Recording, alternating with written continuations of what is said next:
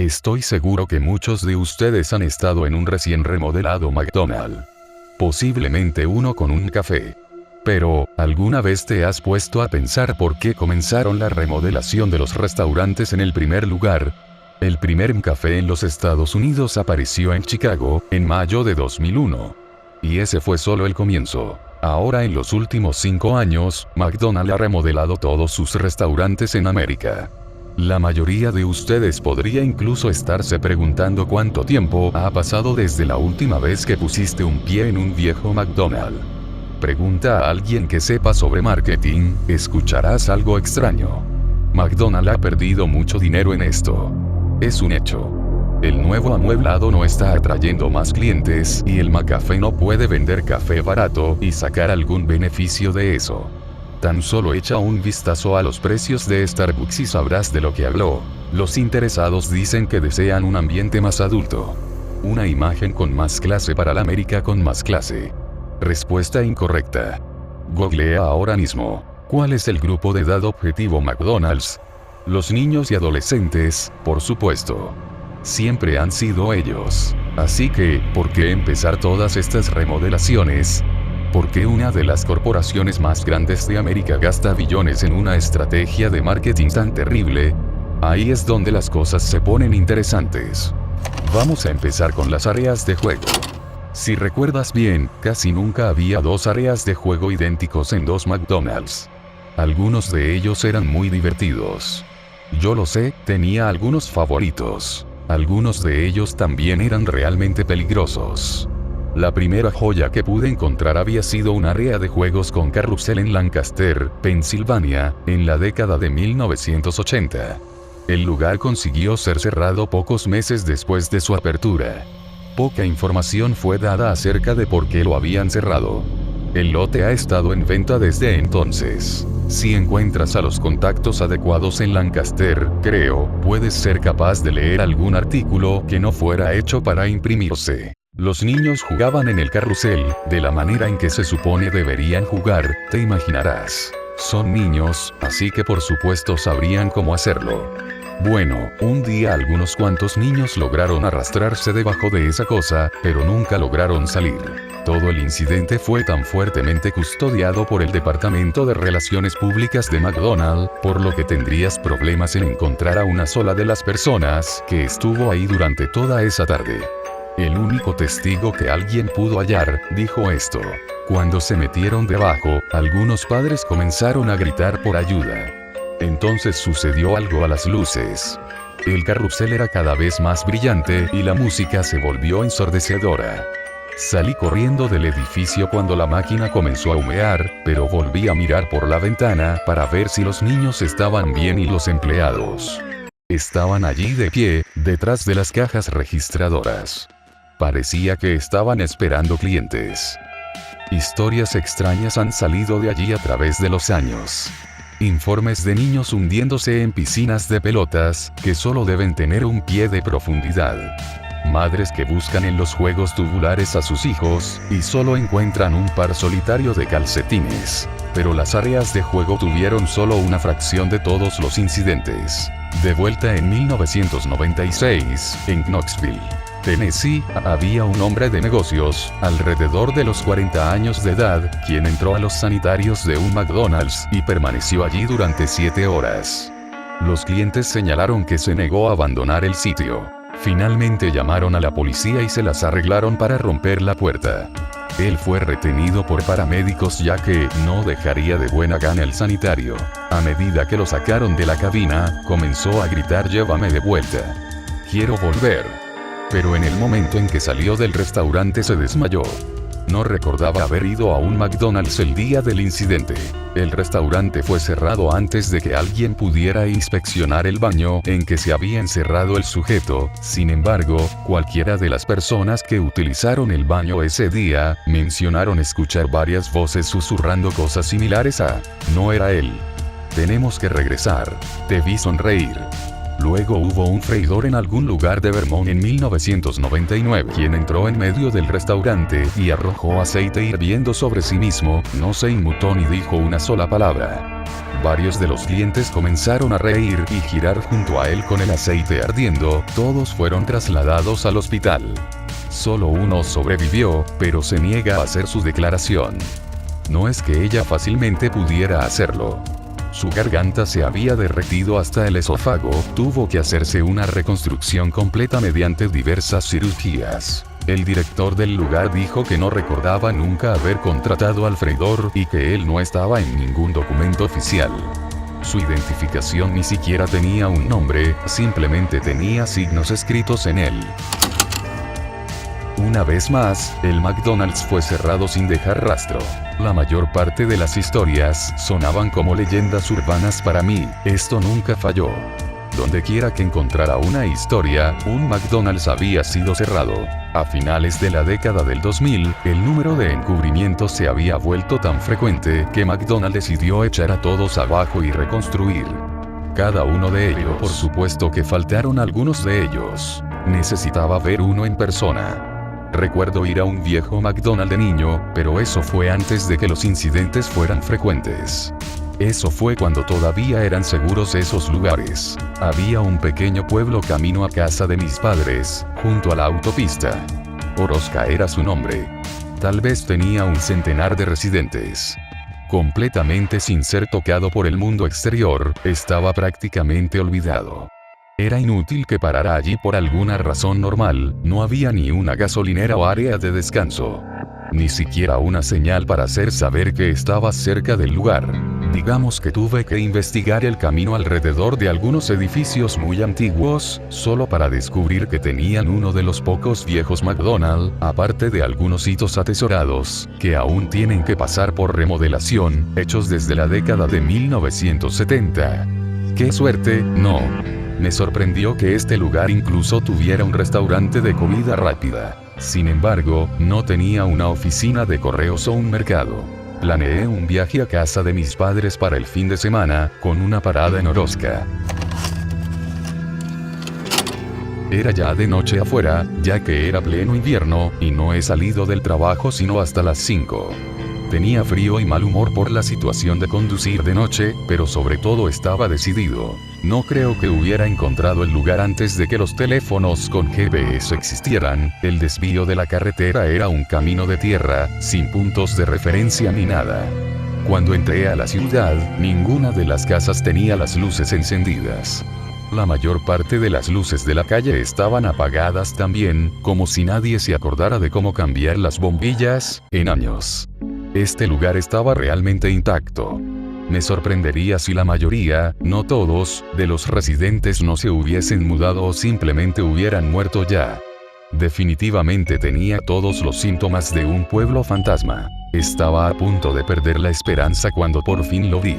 La nauseabunda luz amarilla de los arcos dorados iluminaba un estacionamiento vacío a lo lejos. Zumbaba y parpadeaba, como si fuera un matamoscas eléctrico que se queda sin baterías. El letrero más adelante decía: come los nuevos huevos McMuffin. Nos gusta verte sonreír. El cual supuse, era trabajo de un adolescente perezoso. Entré en el lote y descuidadamente estacioné mi auto en el centro, no había nadie más allí de todos modos. Cuando salí de mi auto, sentí algo pegajoso bajo mi pie. Había una hamburguesa cubierta de moho y un líquido oscuro saliendo de ella. El olor era absolutamente vomitivo, y lo ameritaba. Salté para quitar los restos de la hamburguesa de mi zapato, pero me di cuenta de que todo el aparcamiento estaba cubierto de basura. Había cajas de papas fritas a medio comer y juguetes infantiles derretidos por el sol y llenos de grasa de las bolsas de McDonald's. Todo era una mezcla de suciedad y nieve, como si hubiese estado allí durante meses, posiblemente años. Me apresuré a través del lote para tratar de evitar vomitar por todo el asfalto. Cuando me acerqué a la puerta, me di cuenta que las ventanas estaban cubiertas de polvo. Alguien había pegado un pedazo de papel en la puerta con la palabra cerrado garabateado con marcador rojo, sin embargo, el letrero colgado desde el interior decía claramente abierto.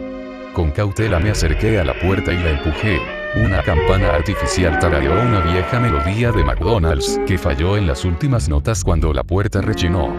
Miré alrededor de la habitación fluorescente iluminándose y vi todo muerto. No había nadie sentado en alguna de las mesas y nadie detrás de las registradoras. Alguien había dejado una bandeja en una de las mesas en la parte de atrás, pero no había otra señal más que esa de que alguien hubiese estado ahí. El interior era, al menos, un poco más limpio. Los juguetes en exhibición cerca del mostrador eran de personajes de los que nunca había oído hablar, probablemente eran desde antes de que yo naciera. Todo el lugar estaba cubierto de capas de pintura, desvaneciéndose de color amarillo y rojo, las mesas tenían ese clásico acabado en madera característico de un McDonald's.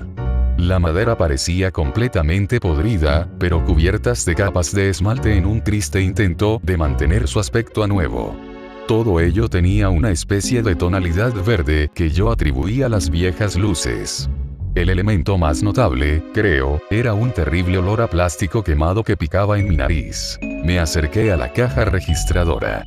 Como si alguien siquiera estuviera aquí, y sentí que debía ordenar algo. Pero esperaba también que quizás pudiera hacer algunas preguntas a alguien. Esperé unos buenos 15 minutos en silencio.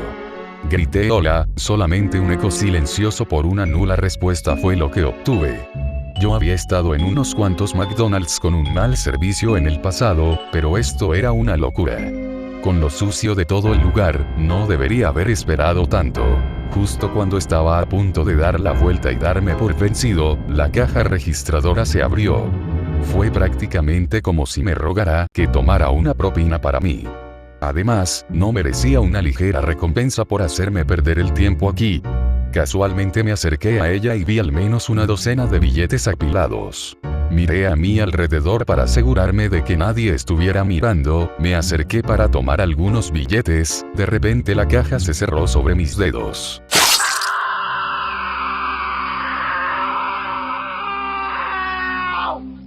El metal se clavó profundamente en mi carne, dejando un rastro oscuro de sangre por el lado de la barra. Grité de dolor. Detrás del mostrador, en el otro extremo de la barra, estaba un botiquín de primeros auxilios colgando de la pared. Las luces estaban quemadas en el área de la cocina, pero necesitaba un vendaje, pronto. Salté sobre la barra y me dirigí a la parte posterior. El hedor a quemado se hacía más fuerte mientras caminaba. Me di cuenta de que la parrilla estaba cubierta de una gruesa capa de grasa, totalmente inútil para cocinar. Pasé por el área de freír y la freidora estaba llena hasta el tope con gusanos. Apreté el paso para llegar al botiquín de primeros auxilios con la esperanza de conseguir una venda y salir de allí lo antes posible.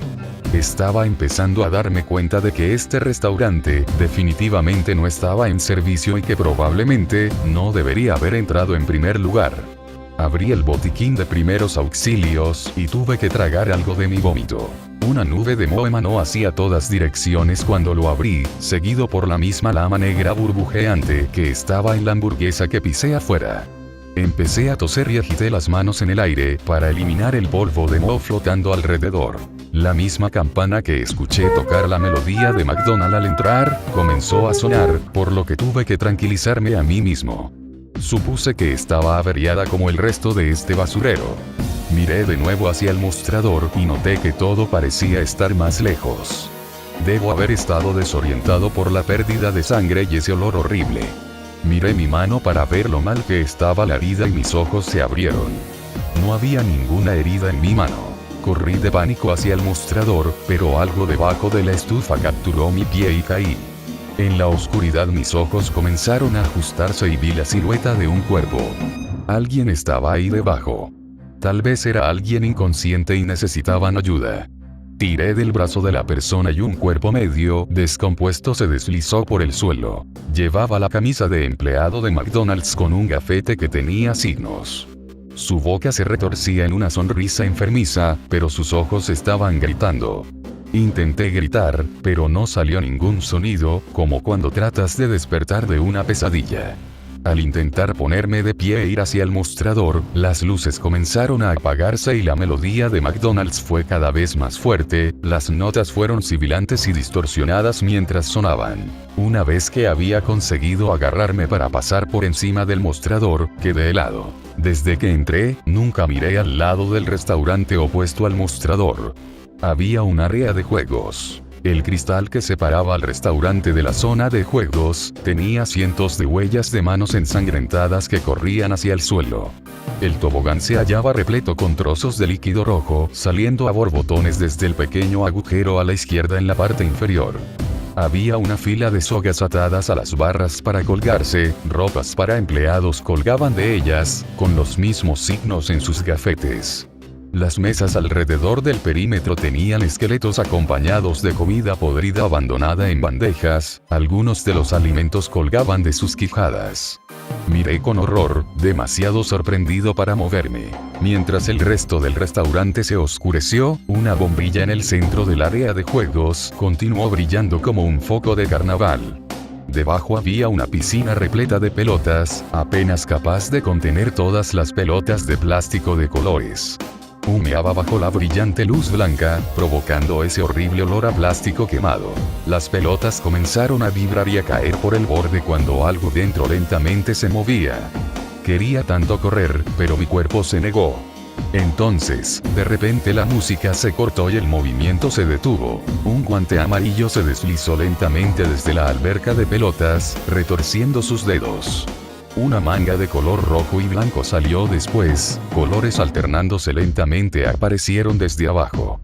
El brazo siguió emergiendo hacia el cielo, cada vez más y más, mientras sus articulaciones aparecían y crujían como ramas rompiéndose. Al final, ese brazo tenía por lo menos 6 pies de largo. Finalmente llegó a la bombilla iluminada en el techo con sus dedos enguantados, y empezó a retorcerse hasta quedar holgado. Rompí a correr, saltando sobre el mostrador y derribando sillas, me fui. Esa última luz se apagó justo cuando llegué a la salida.